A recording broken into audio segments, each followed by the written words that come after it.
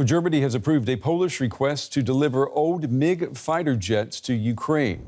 Poland bought the former East German aircraft back in 2002, but needed permission from Berlin to send them on to a third country. Germany is not planning to send any of its own fighter jets to Ukraine. Joining me here at the big table now is Gustav Gressel. He is a senior policy fellow with the European Council on Foreign Relations. Mr. Gressel, it's good to see you. We've spoken many times. I want to talk about these MiG fighters in just a moment, but let me ask you about this data leak in the United States. There's a lot of reporting that it reveals classified, sensitive information about what's going on inside Ukraine. How worried are you? Well, a lot of the details are actually about the Russian armed forces. They don't reveal all too much about the Ukrainian armed forces, their posture.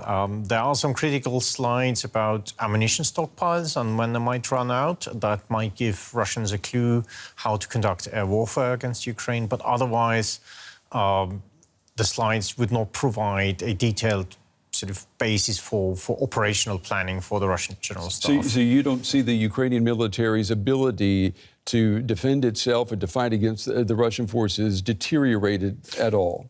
Not at all, but not so much. I don't think it will have a big impact. It's embarrassing for the United States. I think it has destroyed a lot of trust because this sensitive information. It has stirred up controversies with allied. It has probably revealed some details about how good the Americans can penetrate Russian information systems, military information systems, communication of the Russian military intelligence, etc. That might prove troublesome on the way ahead, because I guess the Russians will start to adjust their way of communication. And this precise information has helped Ukraine a lot in the war.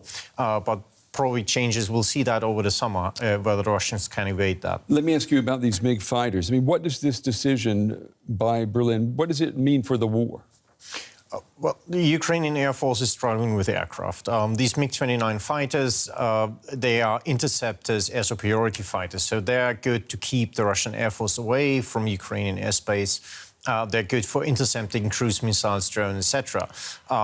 Ukraine has operated MiG-29 fighters in the past, so they're familiar with the type. They have some industry in place, unfortunately attacked by the Russians, but still technicians that can service it.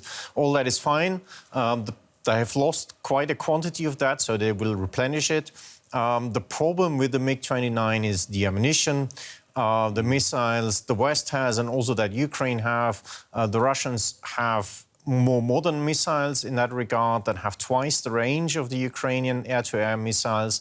And while Ukrainian air-to-air missiles predominantly are semi-active radar homing, so you need to illuminate the enemy aircraft all the way of the engagement process, while Russian missiles are fire and forget, and that gives the Russians some edge. That's why Ukrainians want F-16s. You know, there's been a lot of talk about how Germany was dragging its feet when it came to the issue of sending battle tanks to Ukraine.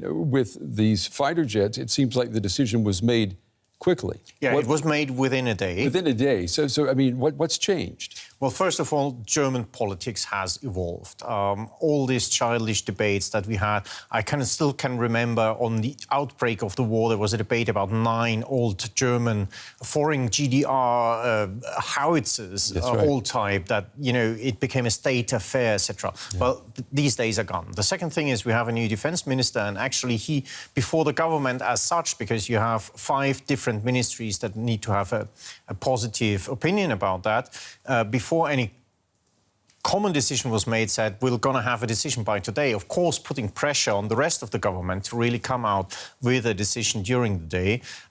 So he's really personally engaged in providing Ukraine with arms and equipment, and that also is something that was lacking, especially in the Ministry of Defense for the past year.